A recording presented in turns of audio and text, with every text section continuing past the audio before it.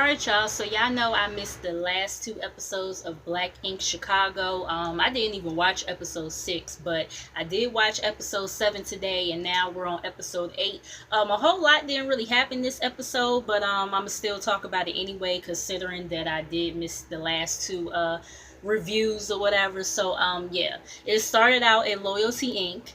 And it's awkward as hell because of the whole situation that happened between Lily and Charmaine on last week's episode, with Lily and the new girl Reese trying to protest against Charmaine.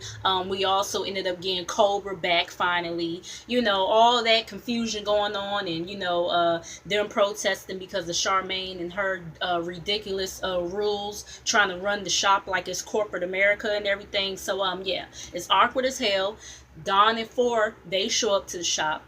Dawn is actually the one who had called for the meeting, and he's saying that he learned something in therapy. And I remember the reviewers, some of the other reviewers saying in episode 6 that him and Ashley had went to therapy to sort out their issues or whatever. So like I said, he was saying that he had learned in therapy that you have to learn how to communicate your feelings maturely, and whatnot.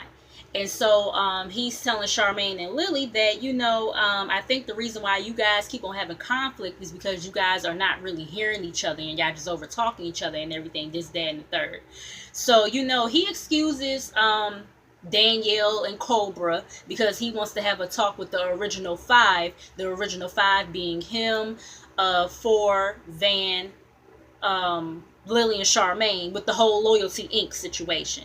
So he just wants to, have the conversation with them. So he tells Danielle and Lily, not Danielle and Lily, Danielle and Cobra, they could step out for a minute while he has this conversation with them. You know what I'm saying? So he gives Lily the floor first, and she starts to, explain that, I know that I'm bad at controlling my emotions or whatever, I'm working on that. But Charmaine, you have a way of just, always feeling like you're right and everything, this, that, and the third. And you guys, in last week's episode, Charmaine's mom had to kind of check her, like, yo, you fucking tripping right now. Like, you are really bossy, you know what I'm saying, and these people have the skills that you don't have. So you trying to come up in here and act like it's a dictatorship is like, yeah, you out of line for that shit. So I was glad to see that her mom did check her. You know what I'm saying? But my whole thing with this whole LLC situation, this just gotta be for like shits and giggles, because she just brought the name, right? Ain't that what the LLC is? They could have just very well changed the name or whatever and still been doing their own thing and let Charmaine have the name and been like, fuck you. You know what I'm saying? But, hey, I guess they need, a storyline, whatever, So, hey. So, but anyways, back to, this week's episode. So, Charmaine is saying that, she got the LLC because she felt like, they all were questioning her value in the shop and everything, considering that she's not a tattoo artist or whatever. And Four and Van, they kind of are like, you on that bullshit because, you did it to get over on Lily, not thinking about the fact that it was going to affect the rest of us as well. You know what I'm saying? And I do agree with them on that. Like, you did it because you was trying to get back at Lily, not thinking about how everybody else was going to feel and be affected by it. But anyway, so she apologizes for that, owns up to her part or whatever. Dawn is like, see, y'all really don't have beef or whatever. If y'all just took the time to sit down like how y'all doing right now, and we wouldn't even had all of this going on. You know what I'm saying? And he's like, y'all got a lot more in common than what y'all think. Y'all both like to drink. Y'all both like to get high. Y'all both like dick, maybe a little pussy on the side. You know what I'm saying? And they, both started laughing and whatnot. So Charmaine agrees with Lily to burn the LLC license and start on a new page yet again. So Don, now that they put all that to the side, Don, he calls for a grand opening for the shop. So then we have him and Ashley. They're rushing to the hospital with their youngest baby. I always forget the youngest baby's name for some reason. Is it Ashton or something like that? But either way, they're on the way to the hospital with the youngest baby because Dawn was giving him a bath. And you know how kids are and everything. You turn your head for a split second, they be into all kinds of shit. You know what I'm saying? So he turned his head for a split second to, get a towel, and the baby turned on, the hot water, and he ended up, burning himself. And so, Ashley, she's, in panic mode or whatever as a mom, which is, understandable because, this is your child and your child didn't hurt themselves, and, you don't want to see them in pain and everything. So I could definitely understand her being, in panic mode and being very concerned. So, they're at the hospital and everything, waiting for the doctor and whatnot. And, Ashley, she realizes that, it's bigger than her and Dawn, and that, maybe she needs to move back to Chicago to co-parent with him versus her being down there in Texas and everything. Because, and I guess she came to this conclusion because she was struggling giving the nurse an address for the baby and everything. She was about to say her brother's address or whatever, but she decided to, give the nurse, Dawn's address to use and everything. And I guess that's when she came to the conclusion that she should come back to Chicago or whatever. So anyways, then we have Charmaine. She's at the radio station on the weekday. You guys know that she works there on the weekend, but she's there during the weekday, trying to get some brownie points with some of the employees by bringing in cupcakes and some other type of stuff or whatever. And you heard one of the employees saying, who is she again?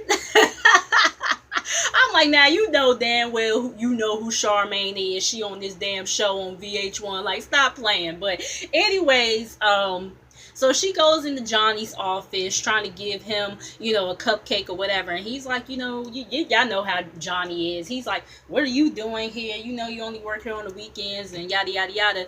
And she's trying to present him with the cupcake, and he's like, I'm a diabetic. I'm a diabetic. Are you trying to kill me and everything? And she was like, no, I didn't know that. Like, you should have told me. And he like, how I'm going to tell you? Ain't nobody, told you to bring nothing up in here. You know what I'm saying?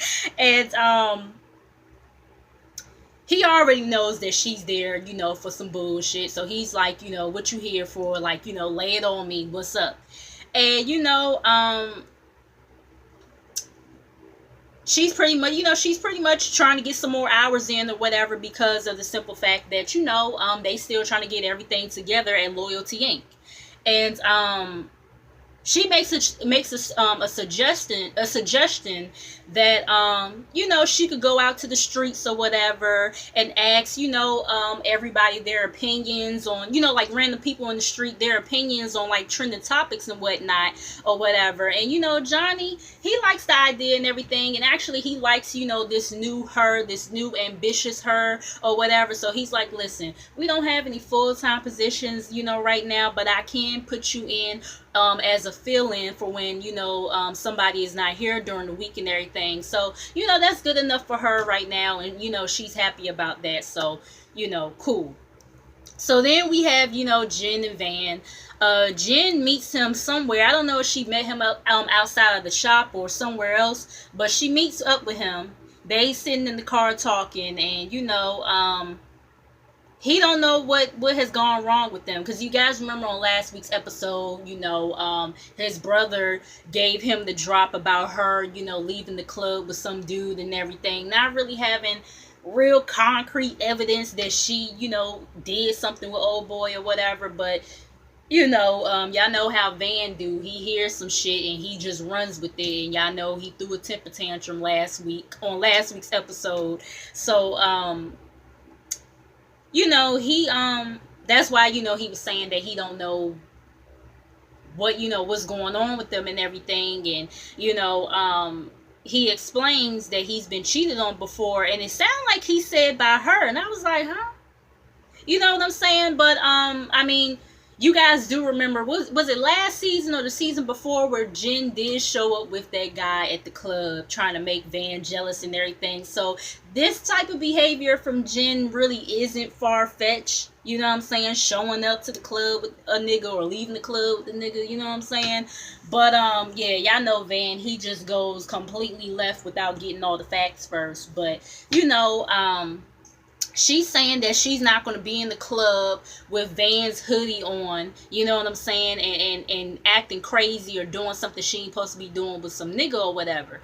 And so Van is saying that, you know, his brother is a reliable source, and as far as he's concerned, Jen is a cheater and everything, and you know, he's like, you know, I think that I gotta let you go or whatever. So pretty much he breaks up with her, you know, she starts to get kind of emotional, and he gets out the car, and that pretty much was that. I don't really have too much to say about that, you know. So then we have Charmaine. She's, you know, at the radio station with the guy, Tone Capone. And Tone Capone was the guy that was there during Charmaine's, you know, tryout for the radio station 2 years ago, and she didn't really make too much of a good impression. And so basically she's trying to redeem herself with him with this interview with Nipsey Hussle. And you know, he comes in and everything, and she immediately starts to kind of like take over the interview, and Tone was looking at her like, I know this bitch ain't trying to take over my show. Like, you know, like I ain't bring her on this shit, you know what I'm saying? But yeah, you could tell he was kind of annoyed, but at the same time he was impressed as well, you know what I mean? And I was impressed with Charmaine as well. I think she did a really good job. And so after the interview was over with, she got kind of scared because she thought that, you know, she killed it. But now looking at Tone's, you know, facial expression, she's like, you know, well, shit, maybe I didn't do as good as I thought I did. But pretty much he tells her, no, you did a good job. You know, you took over my show, but you did a good job. So I ain't too mad. And, you know, he's like, now get the hell out of my studio. So then we have the grand opening for Loyalty Inc. And, everybody is kind of like wearing like all white and stuff like that. I guess that was like the theme or whatever. And you know, Reese and Lily, they show up together, and Reese wasn't there when Lily and Charmaine had their whole kumbaya situation earlier or whatever. So as far as she's concerned, she's still on the defense with Charmaine. But Charmaine, she admits that she was tripping, that she was on some bullshit, and that she's really sorry and wants them, you know, turn over a new leaf. So, you know, Reese forgives her, all is forgot, and they go take some shots or whatever. Then some stripper guy comes in. And then, of course, he's pissed or whatever. And he charges at the stripper, you know, pushing him to the ground like they playing football or some shit. And you know, he automatically thinks, oh, Ryan gotta be behind this or whatever. I'm like, Van, you making yourself look really pressed right now. Like really pressed to automatically think that, oh, Ryan must have did this, it must have been his doing or whatever. So then after he do all that, the stripper comes back. And, you know, Charmaine is like, listen, I was the one who was behind bringing the stripper and everything. You know, I didn't know Van was going to, you know, charge at the man or whatever. I'm like, why didn't you? You been knowing Van for how long now? Why didn't you know? But anyway, so Charmaine also has a female stripper too for the guys, so they don't feel left out and everything. And that female and that male stripper, they were getting down because, you know, her ass was all out, and next thing you know, his penis was all out and everything, and they all was like, whoa, like, didn't expect that. And I'm like, I don't know why y'all surprised he's a stripper, like, you know what I'm saying? They all like looking all shocked on their face, like all of a sudden they children of God and whatnot. But anyway, so as they're doing all of that, Four, he sneaks out because he's heading to LA. And I didn't talk about this, but earlier on in the episode, Four was in the studio and he got a FaceTime call from London on the track. And London still wants to work with Four, and he tells Four, you know, pretty much drop everything you got going on and come out here to LA. This is a second opportunity I'm giving you. Don't waste it. Pretty much what he was saying. So, yeah, Four did make the decision that he's going to go to LA, and he feels kind of bad because he didn't let them know.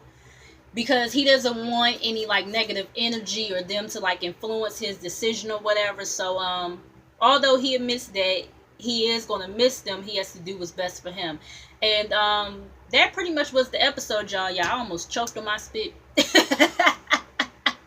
Them last couple of minutes trying to talk to y'all about this fill ass episode. But anyways, y'all make sure y'all like, comment, and subscribe. Y'all make sure y'all come back, and I'll see y'all in the next video. All right, y'all.